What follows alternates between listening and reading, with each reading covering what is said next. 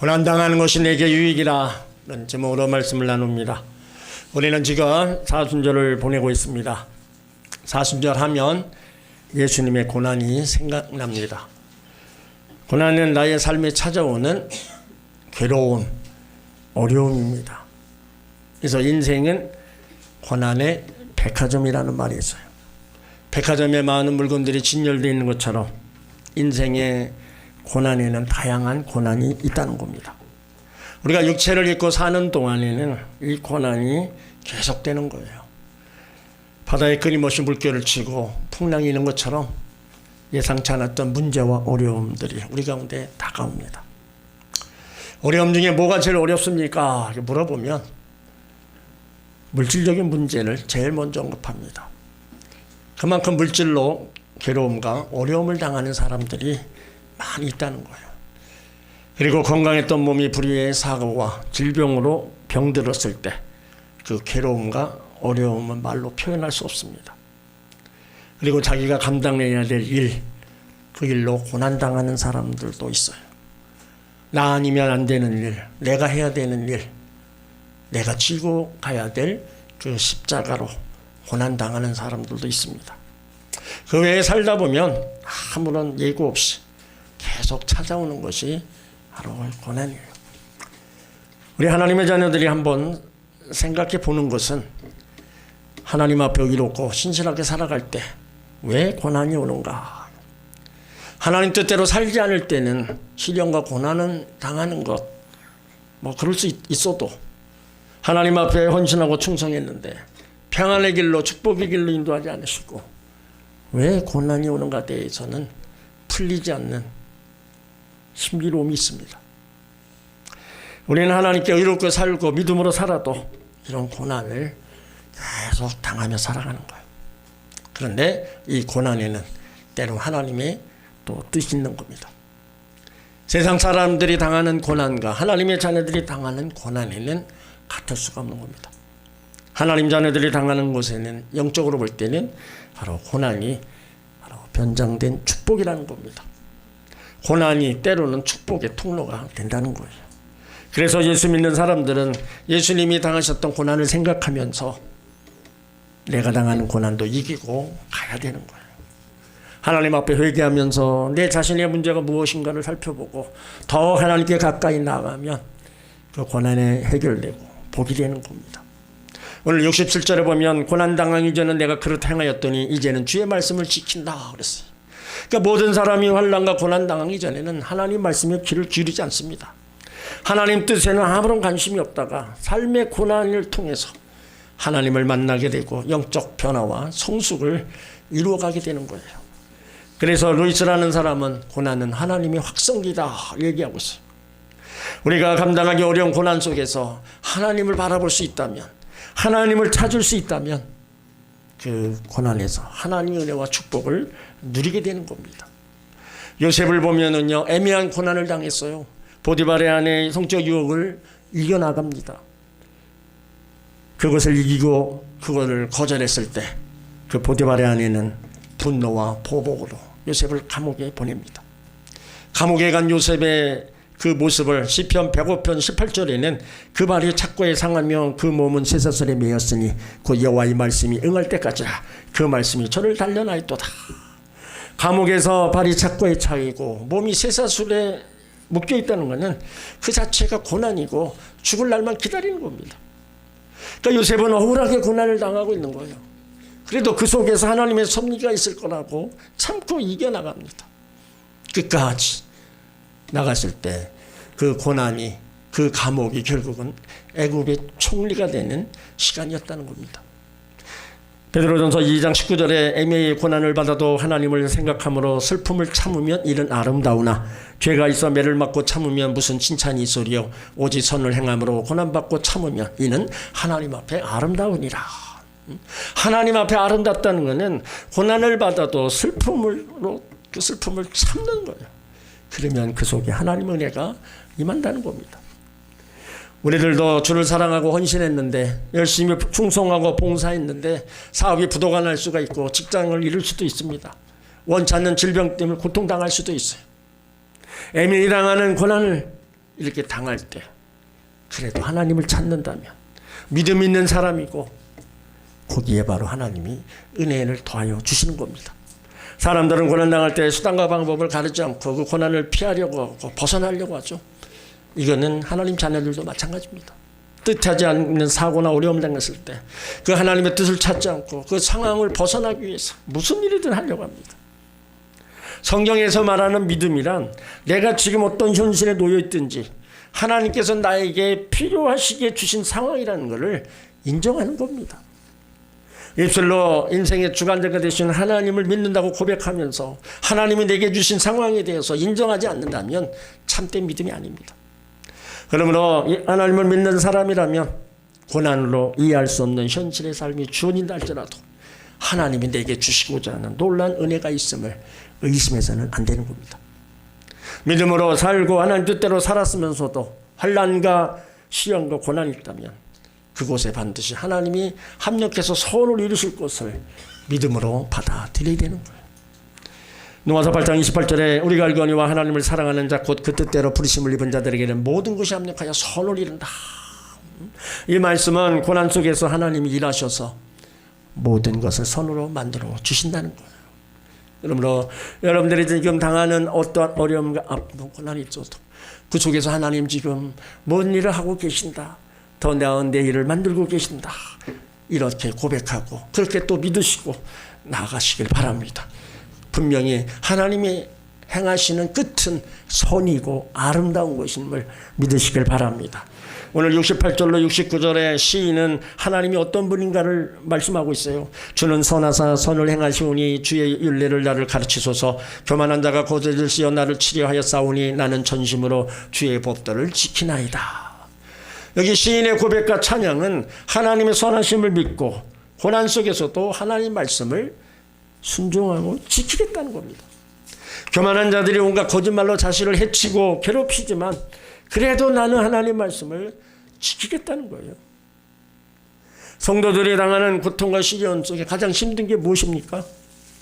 하나님의 뜻을 알 수 없고 깨달을 수 없다는 거예요. 그렇게 하나님 찾아도 하나님은 아무 말씀도 하지 않고 침묵하시는 겁니다. 그래서 때로는 점쟁이를 찾아갑니다. 너무 답답해서 어떻게 했으면 좋겠냐. 그가 얘기하는 거 때로는 듣고 시원하고 그러다 보니까 한 번, 두 번 가다 보니까 계속 가고 결국 하나님 앞에 행하지 말아야 될 죄를 범하는 거예요. 하나님은요, 우리가 힘들고 어려울 때 침묵하고 계시지만 그 침묵 가운데도 가만히 계시는 게 아닙니다. 그 가운데서도 일하고 계신다는 겁니다. 그거를 우리가 믿고 그 하나님의 그 신뢰하고 나가야 되는 겁니다. 아무리 부르짖어도 반응이 없습니다. 하나님 안 계시는구나. 나를 멀리 하시는구나. 이 하나님의 부재를 느낄 때 다 하나님은 신앙이고 믿음이고 다 내려놓는 거예요. 끝까지 그걸 참고 인내하지 못한 부분을 보면 너무 안타까운 부분입니다.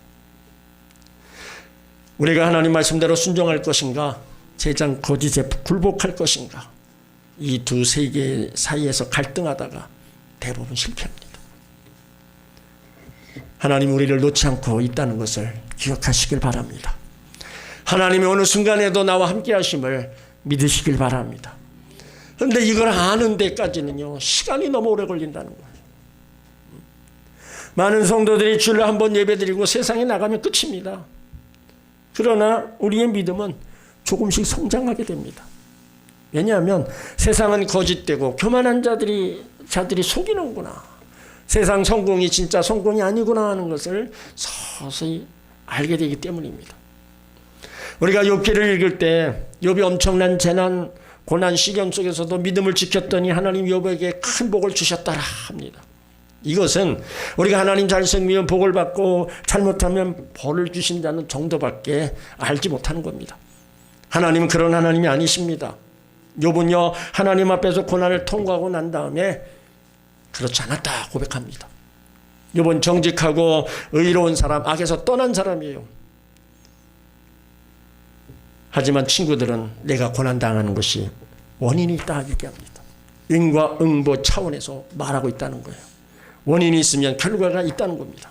그러나 욥은 나는 하나님 앞에서 의롭고 거룩하게 살았는데 이런 고난을 주시니 그 이유를 알 수 없다 얘기합니다. 결국은 욥기 결말에 가서 욥이 자신이 의로우신 하나님을 경험적으로 알게 되었다는 것, 자신을 변호해야 했다는 것을 알게 되는 거예요. 그 과정 속에는 몰랐습니다. 그 끝에 가서 하나님이 행하시는 일을 보고 알게 되었다는 거예요. 욥기 42장 2절에 내가 말하겠사오니 주는 들으시고 내가 주께 묻겠사오니 주여 내로 알게 하소서. 내가 주께 대하여 귀로만 듣게 하였사오나 이제는 눈으로 주의 얼굴을 보나이다. 욥은 내가 고난과 시련을 당할 때 하나님 계시지 않는 것 같다고 얘기했지만 그때도 하나님이라고 계셨다는 거예요. 내가 고난을 당하는 것이 하나님을 떠남으로 생긴 재앙이 아니라 내가 알 수 없는 순간에도 하나님은 나를 홀로 두지 않으시고 붙드셨다는 거예요. 그 속에서 아무도 없는 것 같았는데, 나 혼자 있던 것 같은데 그 속에서 하나님은 내일을 만들고 계신 거예요. 그래서 그 결말이 귀로만 들었던 하나님 이제는 눈으로 본다. 여러분, 우리가 귀로만 들었던 하나님, 말씀을 귀로만 들었던 하나님, 눈으로 보는 게 뭡니까? 눈으로 보는 게 바로 그 기도에 대한 응답입니다. 하나님 어디 계시냐고요? 우리가 지금까지 살아온 게 하나님 살아계신 증거입니다. 여러분, 하나님이 안 계셨고 나를 도와주시지 않았다면 지금 여기 있겠습니까? 시시각각으로 일어나는 많은 사건 사고들 앞에 우리가 다 노출되어 있어요. 그래도 하나님은 죄 백성들을 지키시고 보호하시고 다스려 주시는 거예요. 우리는 살면서 의미 없어 보이는 고난의 시간을 맞이할 때 힘듭니다. 마치 결혼을 위해서 열심히 기도하거나 취업을 위해서 열심히 기도했는데 응답이 없습니다. 자녀의 믿음의 삶을 위해서 눈물로 기도했는데 변화 조짐이 없어요. 이것이 시간 낭비인가 하는 의문을 갖습니다. 그러나 하나님 앞에서는 무의미하게 보여도 의미 있는 시간입니다. 여성이 임신했을 때 그것을 고난이라 말하지 않습니다. 왜냐하면 변화가 조금씩 일어나기 때문입니다. 배가 불러옵니다. 예정일에 가까울수록 기쁨은 점점 커지는 거예요. 우리가 고난당하는 것은요, 결코 의미 없는 시간, 낭비하는 시간이 아닙니다. 그 시간은 하나님의 우리를 계속해서 하나님의 사람으로 다듬어가는 시간입니다. 욥이 고난을 통과할 때 그 통과하고 나서 고백하는 게 욥기 23장 10절이에요. 그러나 내가 가는 길을 그가 아시나니 그가 나를 단련하신 후에 내가 정금같이 나오리라. 그러니까 욥의 고난을 하나님이 다 알고 계셨어요. 그런데 아직 나타나지 않으신 겁니다.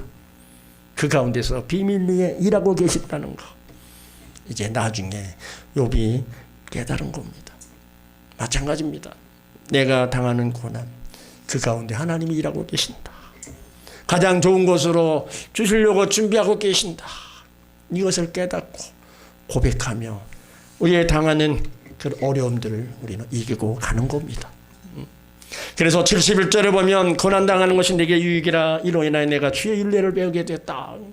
고난당하는 게 유익이라. 무슨 유익이에요?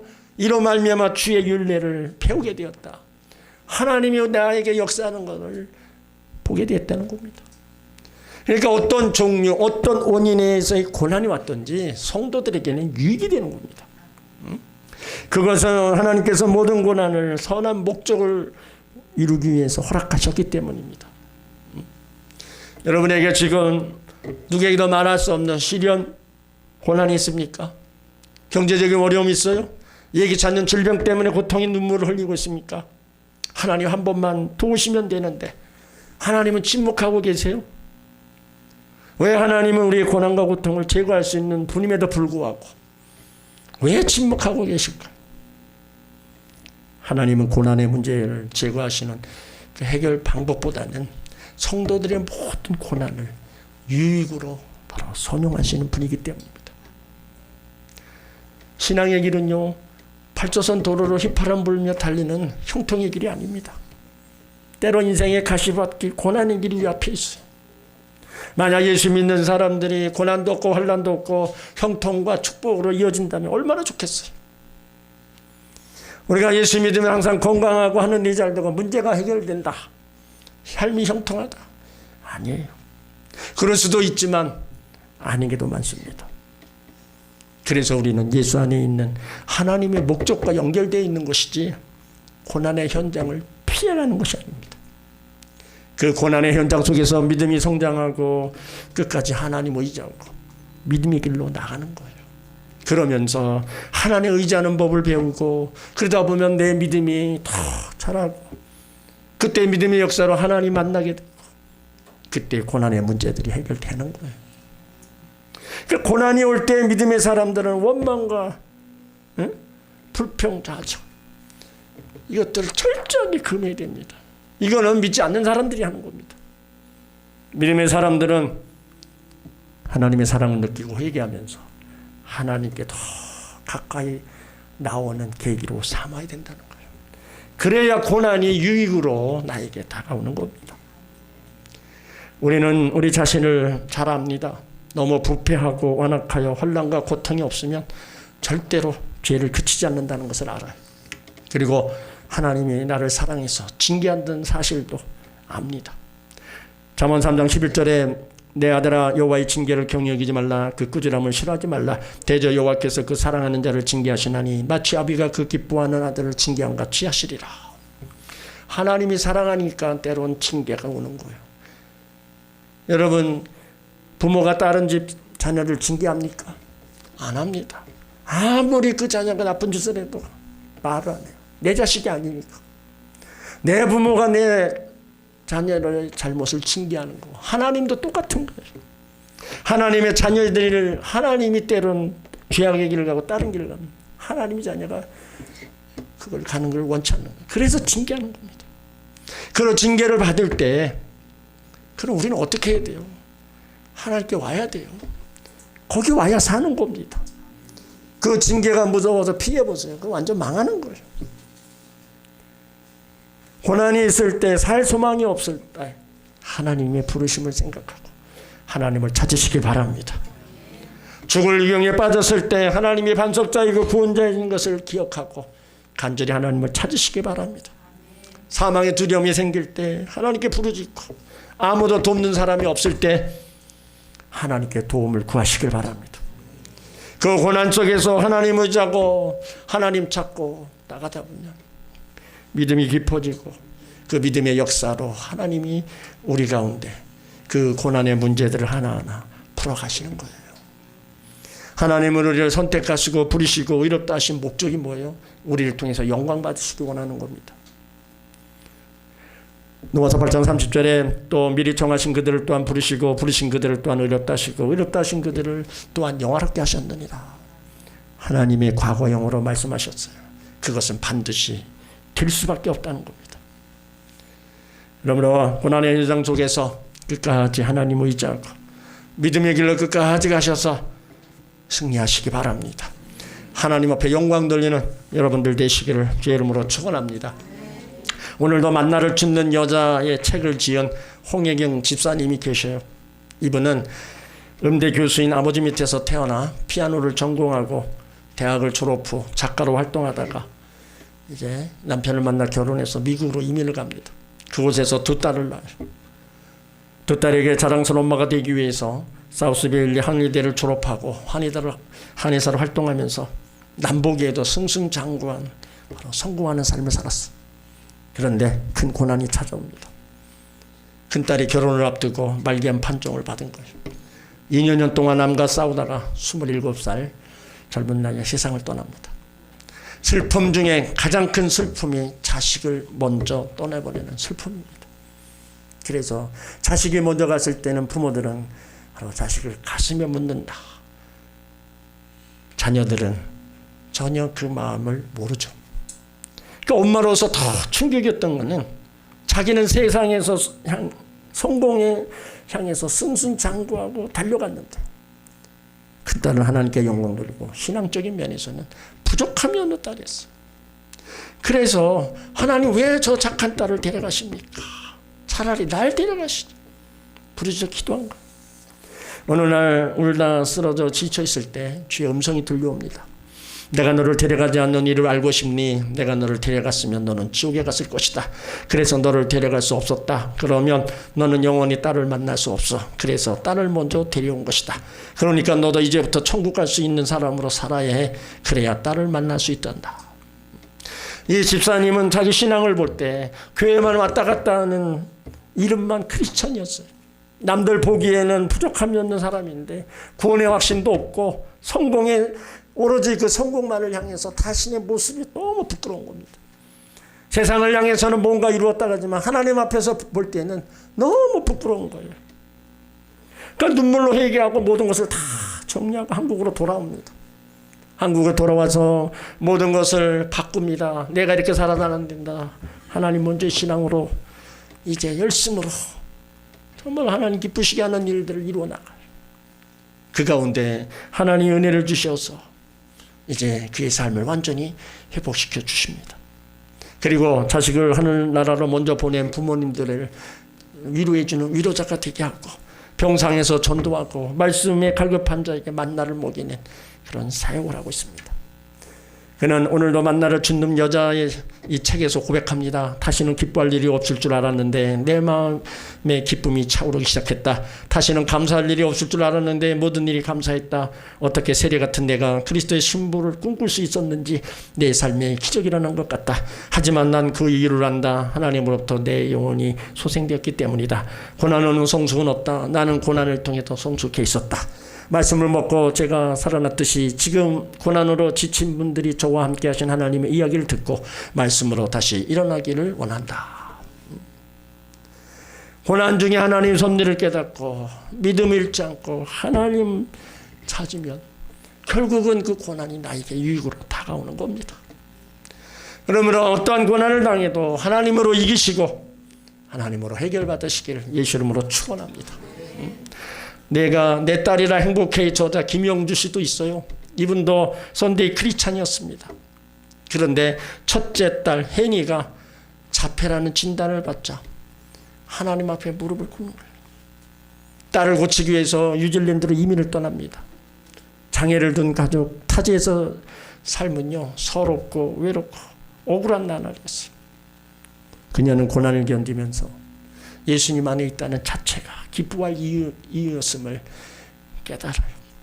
그리고 나서 이렇게 고백합니다. 고난과 역경에도 불구하고 기뻐하고 즐거워할 수 있는 이유는 예수님 때문이다. 하나님을 알지 못했을 때는 혜니가 내 삶의 짐이요 커다란 부담이었지만 하나님의 사랑을 깨달았을 때는 내 삶의 선물이 되었다. 저는 다시 태어난다 해도 혜니 엄마가 엄마로 태어나고 싶습니다.